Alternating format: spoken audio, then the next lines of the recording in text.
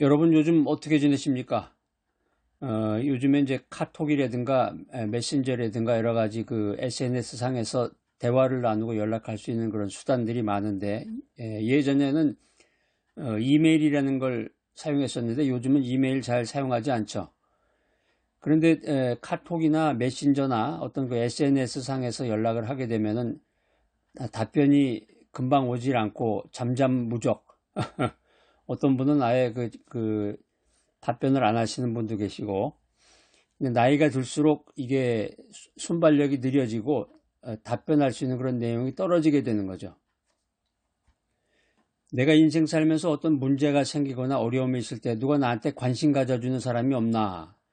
요즘 어떻게 지내세요? 오늘 아침에 뭘 드셨습니까? 든든히 드셨나요? 이렇게 인사해주는 사람이 드문 이런 세상에서 우리가 살고 있는데, 인생이라고 하는 것이 끊임없이 어려움과 고난이 찾아온다는 거예요. 어떤 사람은 경제적인 문제로, 어떤 사람은 건강 문제로, 어떤 사람은 인간관계에서 고통을 받고 힘들어합니다.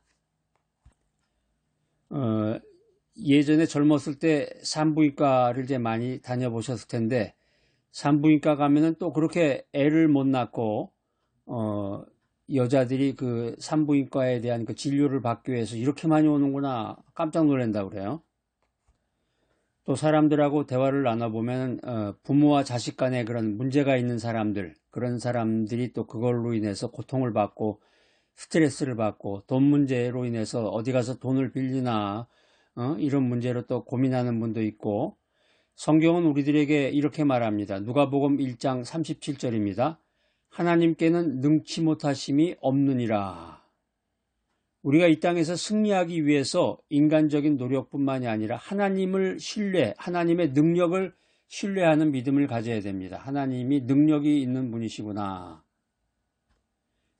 성경에서 이제 능력이라는 말이 헬라어로는 두나미스인데요. 두나미스. 이건 이제 여러분들이 신앙서적 같은 거 읽어보면 이제 요즘에 많이 나오는 말 중에 하나인데, 두나미스. 헬라어로 두나미스가 능력이에요.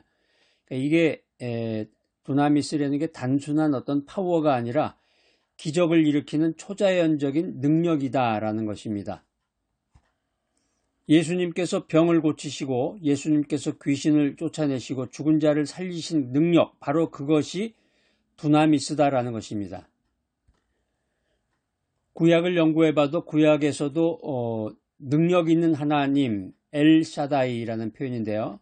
엘샤다이, 능력 있는 하나님이라는 표현이 등장하는데, 이건 이제 하나님이 무한한 힘과 무한한 권세를 가지고 있다는 것을 나타내주는 말입니다.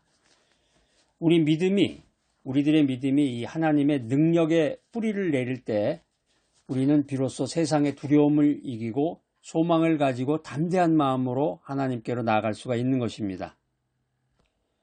성경에 보면은 하나님의 능력을 끝까지 신뢰하고 놀라운 기적을 체험하고 경험한 사람들이 많이 있어요. 대표적인 사람이 이제 아브라함이죠. 아브라함. 로마서 4장 20절 이하에 보면 100세에 이삭을 얻기까지 하나님의 약속을 믿었다. 이런 내용이 기록되어 있고, 또 우리가 잘 아는 다윗이 있죠. 사무엘상 17장 45절 이하에 보면 골리앗과 싸울 때, 거인 골리앗과 싸울 때 하나님의 능력을 의지해서 승리했다. 이런 내용이 기록되어 있습니다. 사도행전 16장 25절 이하에 보면 사도 바울이 감옥에서도 하나님을 찬양하며 미라클을 경험했다. 구약의 대표적인 인물 아브라함과 다윗, 또 신약에 나오는 사도 바울, 이 사람들은 자신의 능력이 아니라 하나님의 능력을 신뢰함으로써 불가능을 가능케 한 인물들입니다. 우리가 성경에 나오는 그 인물들처럼, 믿음의 조상들처럼 하나님의 능력을 신뢰할 때 기적과 같은 승리를 경험한다는 것입니다. 우리가 인생 살다 보면, 신앙생활 하다 보면, 기도생활 하다 보면은 우리의 연약함을 이유로 해서 낙심할 때가 있습니다. 그런데 우리가 연약할 때 하나님의 능력이 드러나는 기회가 된다. 이런 깨달음을 가져야 됩니다. 성경 한번 찾아볼까요? 고린도 후서 12장 9절에 보면은 내 은혜가 네게 족하도다. 이는 내 능력이 약한 데서 온전하여 짐이라. 여기 분명한 말씀들이 이렇게 기록되어 있네요. 또 빌립보서 하나 찾아보겠습니다. 빌립보서 4장 13절 말씀입니다. 내게 능력 주시는 자 안에서 내가 모든 것을 할 수 있느니라. 하나님의 능력은 우리 인간이 연약할 때, 내가 연약할 때 더욱더 빛을 발휘한다. 이 사실을 알아야 되겠습니다. 우리는 우리 자신의 한계를 인정할 때 하나님의 능력이 우리를 통해서 역사하시는구나. 이것을 체험을 통해서 고백할 수가 있는 것입니다. 하나님의 능력에 대한 믿음은 단순한 지식이 아니라, 여러분 이렇게 들으면 지식이 되는데, 그렇구나. 응? 성경에 이렇게 나와 있구나. 이렇게 단순한 지식으로 끝이면 아무것도 아니에요. 실제로 내 인생, 삶 속에 적용이 돼야 되는데 3가지 원칙을 말씀드리겠습니다. 첫 번째, 기도의 삶을 살아라. 빌립보서 4장 6절 이하에 보면 하나님의 능력을 신뢰하는 사람은 기도로 하나님께 모든 것을 맡긴다. 이렇게 기록하고 있습니다. 두 번째 원칙은 두려움을 버리고 담대하게 나아가라. 이사야서 41장 10절 말씀, 하나님을 믿는 자는 세상의 두려움을 이긴다. 세 번째 원칙, 말씀을 붙잡고 실천하라. 히브리서 4장 12절 말씀인데요. 하나님의 말씀 속에 능력이 있다.